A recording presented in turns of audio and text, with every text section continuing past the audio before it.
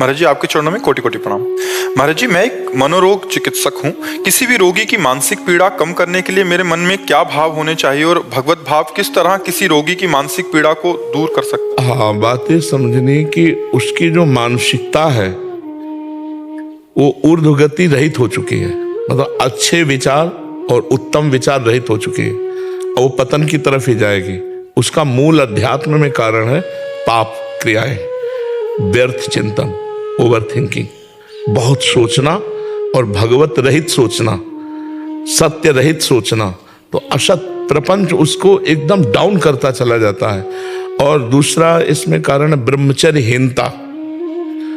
ब्रह्मचर्यहीन होने पर उसकी स्मृति शक्ति डाउन होती चली जाती है, उसकी सोच जो है वो पतित होती चली जाती है, क्योंकि भोगों का चिंतन, भोग क्रियाएं, तो ये पतित है ना, तो पतित चिंतन होता चला जाता है। अब अगर उसके चिंतन को बल मिले, शीतलता मिले, शांति मिले, आनंद मिले, तो अभी पलट जाए।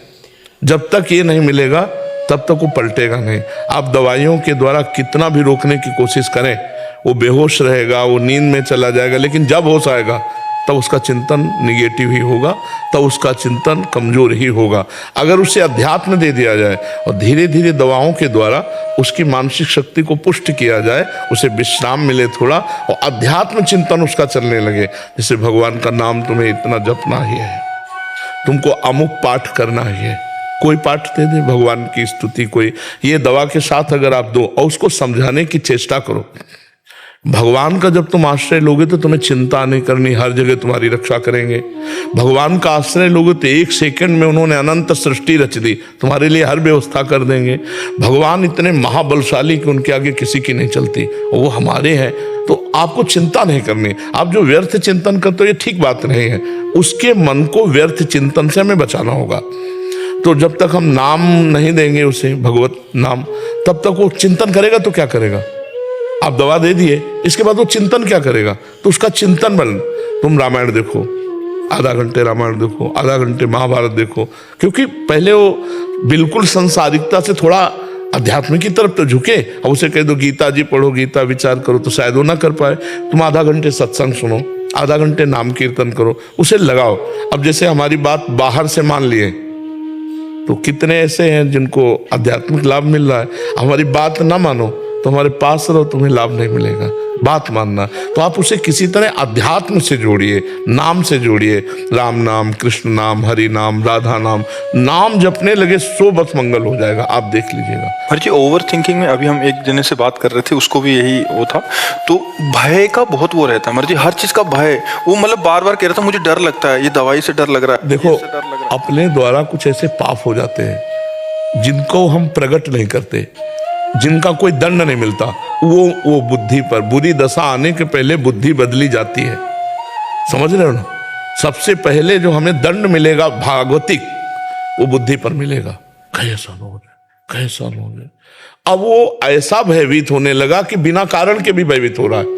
वो काल्पनिक भय पैदा करके भयभीत होता चला जाता है और उसकी मानसिकता बिगड़ती चली जाती है। और उसको कोई प्यार देने वाला, कोई समझाने वाला, अगर उसको समझाने की भी चेष्टा करे तो नहीं समझेगा।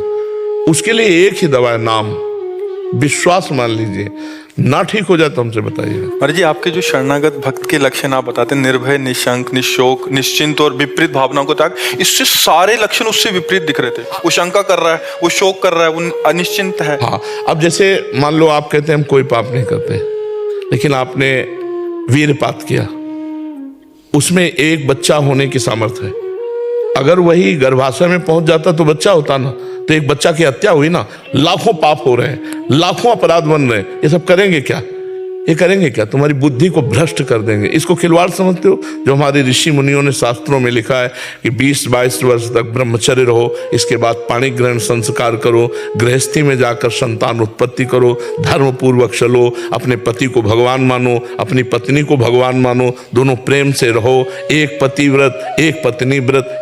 पापाचरण होने के कारण हमारी बुद्धि शुद्ध नहीं हो पाती। अगर शुद्ध बुद्धि हो तो मानो जैसे हम फेल हो गए, तो पहली बात तो शुद्ध बुद्धि होने पर फेल होगा ही नहीं, क्योंकि अपने चैप्टर को बहुत अच्छी तरह पढ़ेगा। और वो डिस्टर्ब है पहले ही, बॉयफ्रेंड, गर्लफ्रेंड, व्यसन, ये वो कई ऐसी बातें होती जिनका लौकिक चिंतन करते करते वो और उतने में हो गया फेल। अब सोचा घर वाले डांटेंगे और मेरी स्थिति क्या, इससे तो ऐसे कई हैं, किसान हैं, विद्यार्थी हैं, खिलाड़ी हैं, बहुत से लोग ऐसे हैं, व्यापारी हैं जो अपने को असमर्थ, असहाय, असफल समझ करके और ऐसा नहीं करना चाहिए, ये नहीं करना चाहिए। और ये तभी रुकेगा जब बुद्धि शुद्ध होगी। तभी तो देखो सबको प्रातःकाल उठने की आज्ञा हमारे ऋषियों को है, सबको अर्घ देने की, चाहे जिस कुल का हो, चाहे सबको सूर्य भगवान का आदर करने की और सबको नाम जप करने की, अपने यथायोग्य अधिकारानुसार मंत्र जप करने की। अब देखो गायत्री मंत्र का जो आखिरी अर्थ है वो परम सत्य मेरी बुद्धि को प्रचोदयात, सत्य की तरफ प्रेरित करे। पूरा मंत्र तो हम नहीं कहते क्योंकि अधिकारानुसार कहा जाता है, वो परम सत्य मेरी बुद्धि को सत्य की तरफ प्रेरित करे। प्रातः काल उठकर प्रार्थना तो बुद्धि शुद्ध होती। अब आप देखो 10-10 बजे तक सो रहे हैं, सूर्य भगवान उदय होने का कोई मतलब ही नहीं है, कोई दिनचर्या ही नहीं है, कोई दिनचर्या नहीं है। कुछ कार्य कर, मनुष्य जीवन व्यर्थ नष्ट करने के लिए नहीं मिला है। देखो आज भी बीमार स्थिति शरीर की है, हम 11 बजे उठ जाते हैं, 12 बजे तक बैठे रहते हैं, 12 बजे के बाद थोड़ा टहले फिर बैठ गए, 1 बजे शौच स्नान, 2 बजे आ गए रोड में, 2 बजे क्या, 2 बजे के 10 मिनट कम, 1:50 पे आने। हाँ 2 बजे, और फिर देखो ये सब दिनचर्या चल रही है। अरे मनुष्य जीवन मिला, खूब डट के मेहनत करो, जिस डिपार्टमेंट में हो। मतलब बाबा जी हो तो डट के भजन करो, तपस्या करो, कष्ट सहो, जगत मंगल करो, जो जहां है डट के करे तो मनुष्य जीवन की सार्थकता है। खाली बैठे रहो, मन तुम्हारा शैतान हो मार देगा। तो जो डिप्रेशन में, उनको कोई कार्य बताओ, उनके अनुसार, उनकी सामर्थ्य के अनुसार कोई भी कार्य कर ले, मतलब उसके अनुसार थोड़ा सा कार्यरत होना जरूरी है। बेकार आदमी डिप्रेशन में नहीं जाएगा और क्या जाएगा। और नाम जप करें और उसको बौद्धिक स्तर से पुष्ट करो, थोड़ी देर उसको आध्यात्मिक बातें बताओ, थोड़ी देर उससे बातचीत करके समझो कि इसकी दशा कहाँ डाउन हुई है, किस जगह है, ये डिप्रेशन का इसका कारण क्या है। तो विचार शक्ति ही हमको महान बनाती है, विचार शक्ति हमको नीच बनाती है। हमारे अच्छे विचार होने के लिए विवेक की जरूरत है। विवेक मिलता है सत्संग में, बाजार में नहीं मिलता है। बिन सत्संग विवेक न होई और राम कृपा बिन सुलभ न सोई। तो भगवान की कृपा से आप खुद इतने बलवान बनो कि आप संकल्प करो, नाम जप करो, हमारी बात मानो और उसको संकल्प करो सामने आए हुए मरीज के कि मैं अपना नाम जप इसको देता हूं, और उससे कहो नाम जप करो। तो तुम्हारा जो नाम जप, मान लो 1000 नाम जप दिया, तो वो दान करने का तुम्हें 10,000 नाम का फल मिलेगा। समझ रहे हो, मैं अपना 1000 नाम कैसे दे? तो 1000 दिए तो पलट कर 10,000 आपका फायदा जो होगा ना, वो 10,000 नाम का फायदा होगा और उस जीव का उत्थान होने लगेगा।